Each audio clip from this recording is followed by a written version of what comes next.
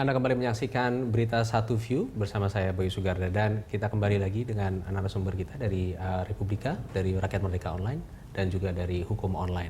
Nah, untuk Mas Aldi ini, untuk seminggu ke depan, selain MK, tentunya ada beberapa hal lagi yang menjadi sorotan dari Rakyat Merdeka Online.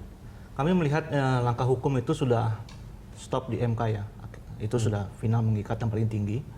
Sekarang tinggal bagaimana langkah politik dari masing-masing pihak.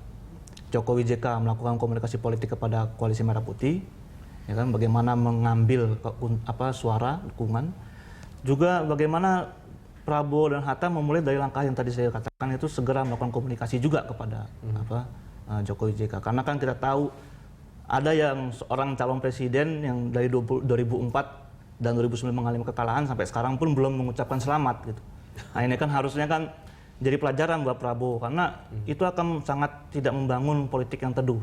Nah, kalau mereka memang beroposisi, ya jadi oposisi yang baik gitu, dengan memperhatikan politik yang etik gitu. Nah, yang kedua, kita akan memperhatikan juga bagaimana pembentukan kabinet, dan itu pastinya nanti berawal dari rumah transisi, kantor transisi Jokowi JK. Kita lihat kemarin, kita flashback sedikit, kantor transisi ini juga sudah mulai kontroversi kan di sana kan, dengan adanya dua nama lah kita taruh, Rini Sumarno dan Hendro Priyono. Ini kan lumayan menyakiti beberapa pihak, terutama kalangan aktivis HAM dan kelompok aktivis anti neoliberal. Tentunya saja bagaimana Jokowi akan memperlakukan kantor transisi ini, dan bagaimana kantor transisi ini bisa menjalankan apa yang menjadi komitmen Jokowi untuk melakukan politik berdikari, politik yang benar-benar berdaulat, ya, ekonomi trisakti, bagaimana kebudayaan berkepribadian, ini harus dijawantahkan oleh kantor transisi. Bagaimana itu dilakukan, bagaimana komunikasi antara mereka. Dan kita harus yakin juga di belakang Jokowi dan kantor transisi ini tidak ada pihak-pihak lain yang bermain di situ. Oke, Rakyat Merdeka Online akan lebih fokus kepada kantor transisi dari kubu Jokowi JK, dan dari hukumonline.com kira-kira fokus untuk seminggu ke depan apa?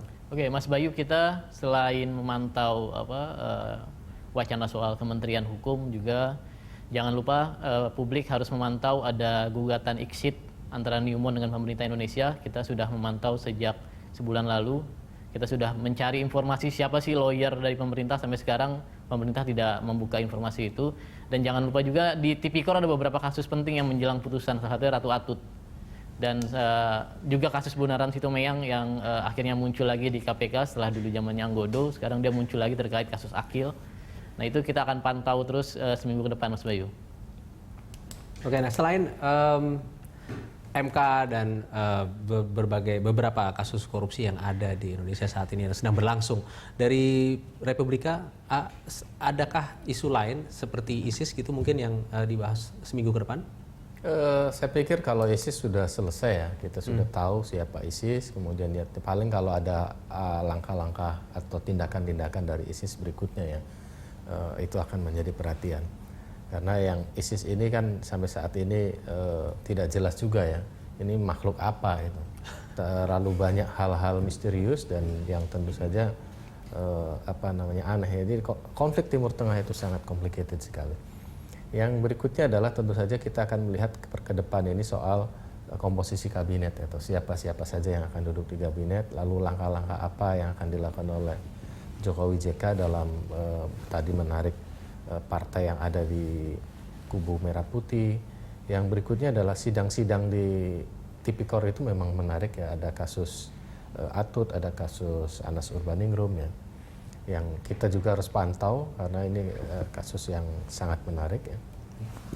Dan yang berikutnya pasti langkah-langkah yang dilakukan oleh Prabowo ya tetap menarik ya, walaupun tadi disampaikan bahwa ada sebagian yang sidangnya tertutup dan seterusnya. Karena ini dua-duanya tidak mau diam, mereka ingin tetap menjaga wacana publik ya, supaya dalam genggaman mereka, karena dalam di abad modern ini siapa penguasa wacana publik yang akan memenangkan. Terima kasih atas waktu yang diberikan kepada Berita Satu View, Bapak Nasihin, Pak Aldi, dan Pak Abdul Razak. Tetaplah bersama kami di Berita Satu View selanjutnya setelah jeda iklan berikut ini.